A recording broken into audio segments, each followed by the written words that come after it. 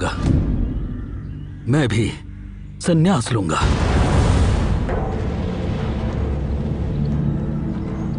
सिद्धार्थ को इसी फैसले से रोकने के लिए राजा शुद्धोधन ने क्या कुछ नहीं किया था। महल के अंदर भोग विलास की पूरी व्यवस्था थी। दुख और पीड़ा से जुड़ी बातों से भी सिद्धार्थ को दूर रखा गया था। सिद्धार्थ का विवाह भी हुआ और बच्चा भी, जिसके जन्म पर सिद्धार्थ ने कहा, राहुल। कुमार की जय हो। धन्य भाग हमारे। देवी यशोधरा ने आज ही ब्रह्म मुहूर्त में राजकुमार को जन्म दिया। देवी और शिशु दोनों स्वस्थ हैं, सकुशल हैं। जाओ जाकर छंदक से कहो कि हमारी ओर से देवी का कुशल मंगल पूछने का प्रबंध करें।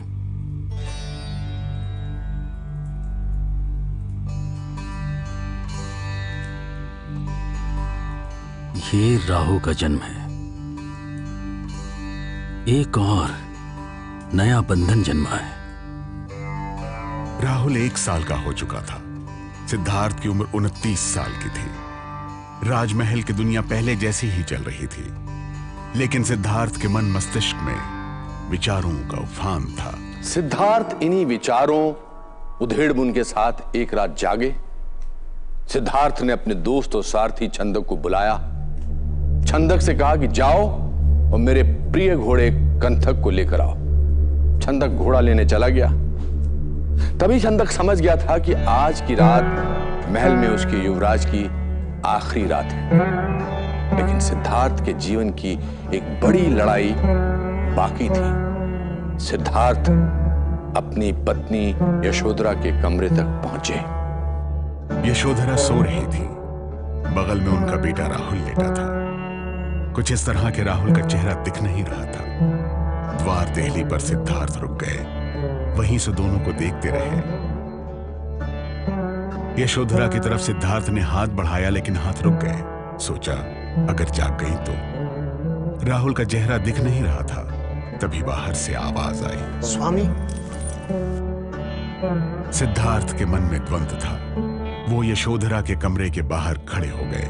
वो सोच रहे थे कि यशोधरा से अंतिम विदाई लेनी चाहिए या नहीं, बेटे का मुंह एक बार देख लेना चाहिए या नहीं। उधर महल के बाहर छंदक उनकी प्रतीक्षा कर रहा था। छंदक ने आवाज लगाई, स्वामी, स्वामी।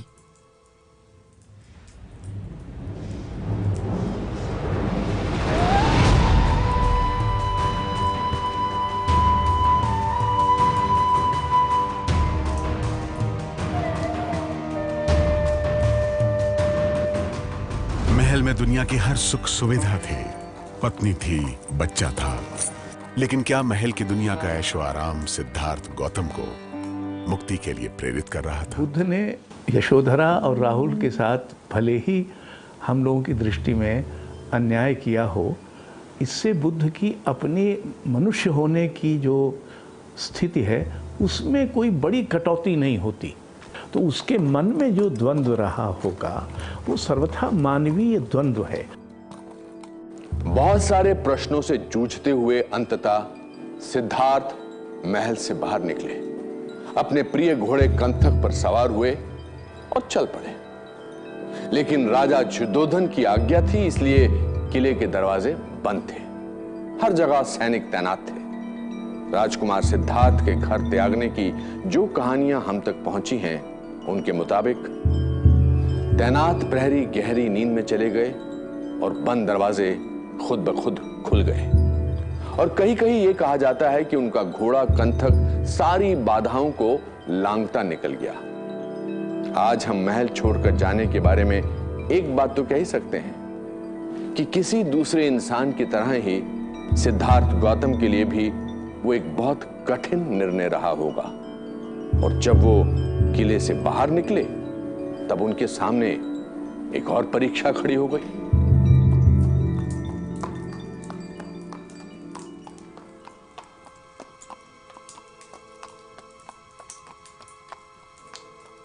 रुको सिद्धार्थ, आगे मत जाओ, क्योंकि आज से 7वें दिन इस राज्य का चक्र तुम्हारे कमलों में होगा और तुम सप्तद्वीप नौखंड के प्रतिपालक चक्रवर्ती सम्राट बनोगे।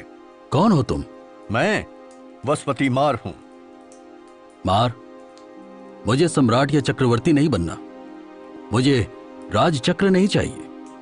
मैं धर्म का चक्र धारण करूंगा।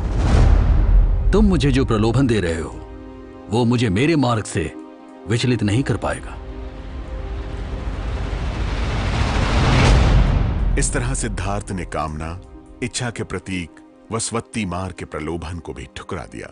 सवेरा होने वाला ही था। सिद्धार्थ, छंदक और उनका घोड़ा कंथक अनुमा नदी के पास पहुंच गए।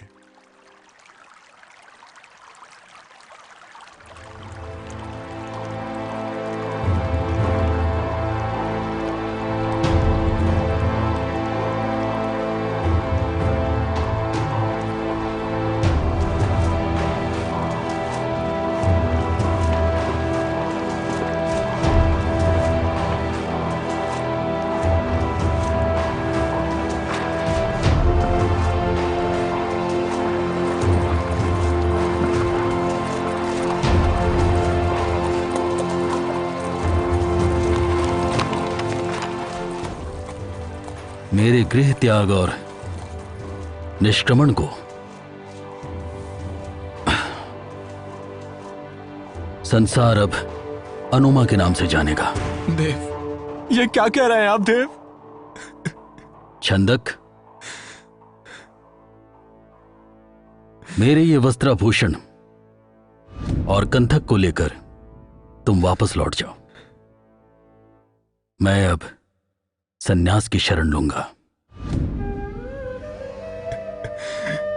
तुम मुझे भी साथ ले चलिए, मैं भी सन्यासी बनूंगा। आज तक आपने मेरा साथ कभी नहीं छोड़ा। नहीं राजकुमार, नहीं, नहीं। ये बाल यशोधरा को हमेशा से आकर्षित करते रहे हैं। मेरी तरफ से उसे मेरा कुशल कहकर दे देना, और वो अगर अधिक कुछ पूछे तो मौन ही रहना। भिक्षु को प्रसाधन से क्या प्रयोजन?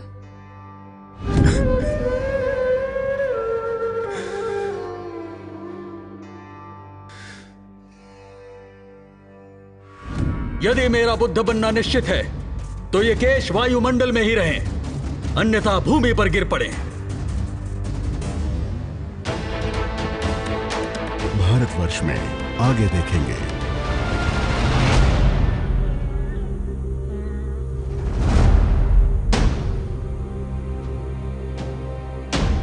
सिद्धार्थ गौतम, तुम पथभ्रष्ट हो चुके हो। अब हम तुम्हारे साथ नहीं रह सकते। भारतवर्ष, भारतवर्ष, महानायकों की गौरव गाथा अनुपम खेर के साथ। यदि मेरा बुद्ध बनना निश्चित है तो ये केश वायुमंडल में ही रहें, अन्यथा भूमि पर गिर पड़े। कहते हैं सिद्धार्थ ने अपने बालों का जो गुच्छा हवा में उड़ाया वो हवा में रहा, नीचे जमीन पर आया ही नहीं। और इस तरह से राजकुमार सिद्धार्थ सबसे पहले सन्यासी बने। लेकिन जिस जगह सिद्धार्थ को पहुंचना था उसका रास्ता उन्हें कौन बताएगा? तो अब उन्हें एक गुरु की तलाश थी। अब सिद्धार्थ पहली बार अकेले थे। कपिल वस्तु से पहले वो तब के मगध की राजधानी राजगृह पहुंचे। गुरु की तलाश में उन्हें उस समय के बड़े योगी आलार कलाम के पास ले गए। आलार कलाम ने सिद्धार्थ को साधना की कुछ योग विधियां सिखाई। इनसे सिद्धार्थ की जिज्ञासा पूरी नहीं हुई। वहां से चलकर गुरु उद्रक रामपुत्र के पास गए। यहां से भी सिद्धार्थ आगे बढ़ गए। अब उनके साथ 5 शिष्य भी थे। उन्होंने साधना के दूसरे तरीकों को अपनाया। इस बार साधना के केंद्र में उनका शरीर था। प्रकार का जो सन्यास, उसकी अलग अलग परंपराएं थी। उनका इन्होंने लगभग सभी का अनुभव किया बुद्ध ने। जैसे खाना छोड़कर, खाना त्याग कर, या पानी त्याग कर, भूखे प्यासे रहकर, या एक ही टांग पर खड़े होके, या बिना सोए, या मौन धारण करके क्या कुछ अचीव किया जा सकता है। इन्होंने हर प्रकार का अनुभव किया। लगभग 6 साल तक इस योग और अनशन की भीषण तपस्या की, अन्न जल त्यागा, ऐसी कठोर तपस्या की जिससे वो खुद मृत्यु के करीब पहुंच गए। बुद्ध ने कहा, मेरा शरीर दुर्बलता की चरम तक पहुंच गया था। जैसे 80 साल वाले वृद्ध की गांठें होती हैं, वैसे ही मेरे अंग प्रत्यंग हो गए थे।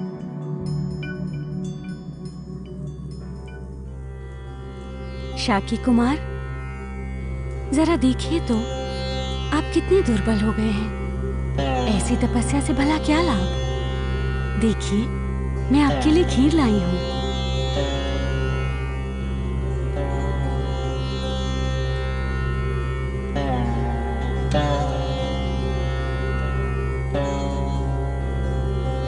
सिद्धार्थ समझ गए, ऐसी तपस्या से उन्हें मृत्यु के अलावा कुछ और हासिल नहीं होगा। उन्होंने अन्न जल खाना आरंभ कर दिया।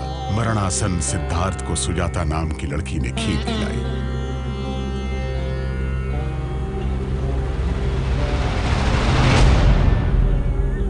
लेकिन इसका परिणाम यह हुआ कि सिद्धार्थ के 5 शिष्यों ने उन्हें घोर तपस्या को त्यागते देखकर उन्हें छोड़ दिया। सिद्धार्थ पर उनके ही शिष्यों ने पथ भ्रष्ट होने के आरोप लगाए। सिद्धार्थ गौतम, तुम पथ भ्रष्ट हो चुके हो। अब हम तुम्हारे साथ नहीं रह सकते। तुम हमारे गुरु नहीं हो सकते। चलो चलो साथियों, आओ।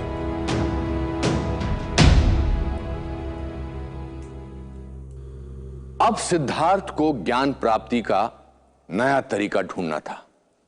कहते हैं उन्हें एक वीणा बजाने वाला दिखा। सिद्धार्थ ने देखा कि जब वीणा के तार को ढीला छोड़ दिया जाता है तब वीणा बजती नहीं थी, और जब कसकर भरा जाता था तो तार टूट जाता था।